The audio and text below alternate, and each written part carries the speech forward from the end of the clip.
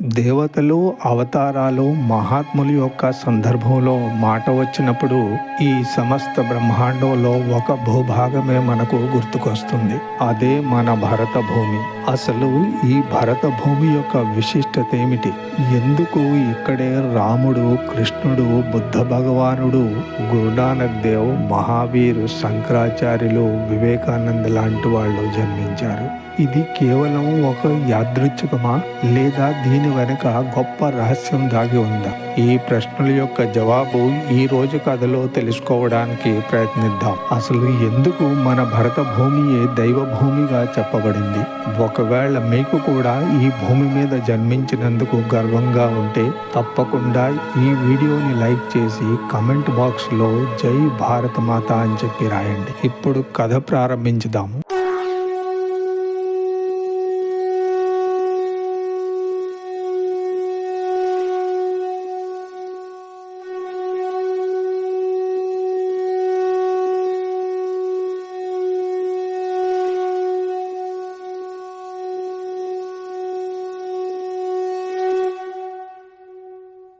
ఎన్నో వేల సంవత్సరాల ముందు ప్రపంచం నలుమూలలా మనిషి తన జీవిత లక్ష్యం ఏమిటో తెలుసుకుందామని వెతుకుతున్న సమయంలో మన దేశంలో మహర్షులు బ్రహ్మాండం యొక్క రహస్యం ఏమిటో తెలుసుకుందామని ప్రయత్నిస్తున్నారు. ప్రపంచమంతటా అధికారం కోసం యుద్ధాలు జరుగుతున్న సమయంలో మన ఆశ్రమాలలో జీవితం యొక్క అర్థం ఏమిటో తెలుసుకుందామని ప్రయత్నిస్తున్నారు. ఇక్కడ ప్రశ్న ఎలా జీవించడం అనేది కాదు, అసలు మనిషి ఎందుకు జీవించాలనేది. ఇక్కడ అడవిల్లో ఉన్న మహర్షులకే రాజు కన్నా ఎక్కువగా మర్యాద ఉండేది.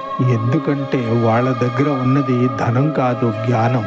ఎక్కడైతే మనిషి భోగం కన్నా ఎక్కువ యోగానికి ప్రాముఖ్యత ఇస్తాడో అక్కడ చైతన్యానికి ఎంతో ప్రాముఖ్యత ఉంటుంది. ఇక్కడ ప్రతి నదిని మాతగా, పర్వతాన్ని దేవతగా, ప్రతి వృక్షాన్ని జీవనదాతగా ఆరాధిస్తారు. ఇక్కడ ప్రకృతిని గెలవడం కాదు, ప్రకృతిని పూజించడం అనేది మన పరంపర.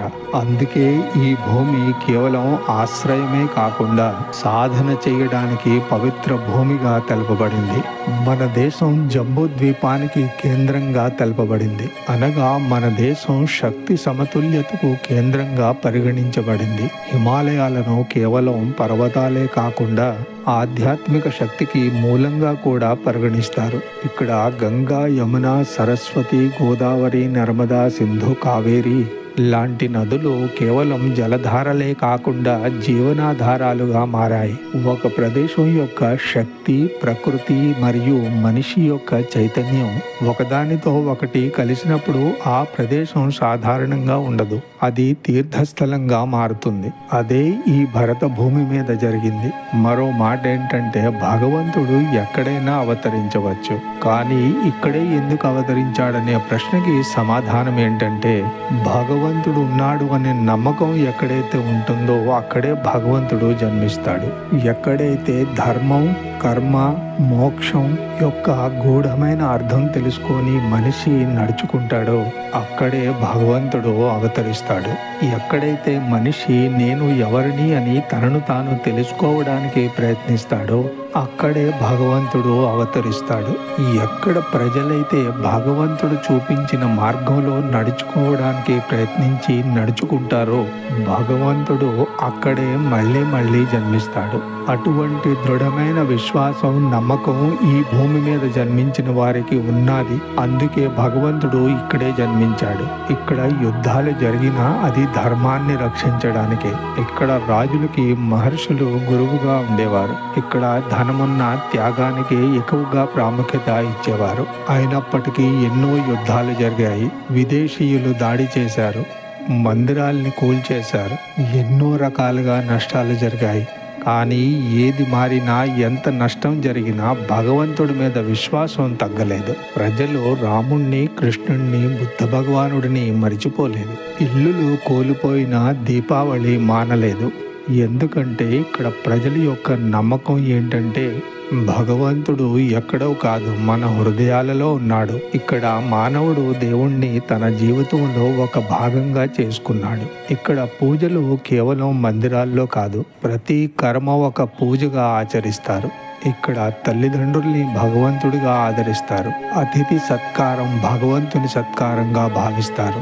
ఇక్కడ ఆచార్యులని దేవునిగా భావిస్తారు. ఇక్కడ నిద్ర లేవగానే ప్రార్థన చేయడం, భోజనం చేసే ముందు ప్రార్థన చేయడం, నిద్రపోయే ముందు ప్రార్థన చేయడం, అలాగే ఇక్కడ ఏ కార్యమైనా అది భగవత్ కార్యమనే భావించడం, ఇన్ని విశేషాలు ఈ భూమి మీద ఉన్నాయి గనుకే ఈ భరత భూమికి యోగ భూమిగా, దేవభూమిగా, పుణ్యభూమిగా ఎంతో విశిష్టత ఉన్నది.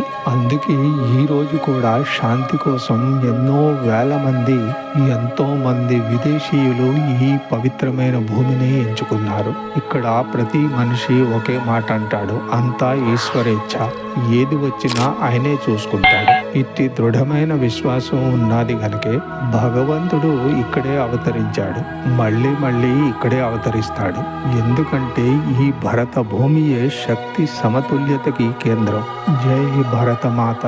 ఖండ ఖండాంతర ఖ్యాతినార్జించిన మహనీయులను గన్న మాతృభూమి, పాశ్చాత్య వీరుల పరద్రోలించియు స్వాతంత్రమును గన్న సమరభూమి, పాండిత్యమున చాలా ప్రఖ్యాతిగాంచిన ప్రతిభ చూపించిన భరత భూమి, సంగీత సాహిత్య శాస్త్రీయ విద్యలందు ధీశక్తి చూపిన దివ్య భూమి, చిత్రకళలతోడ చిత్రమయ్యున్నట్టి భరత భూమి యందు జననముంది. భరతమాత ధర్మం భాగ్యంబు కాపాడ బాధ్యతంతయు మీరే భారతీయులారా. జై సాయిరాం.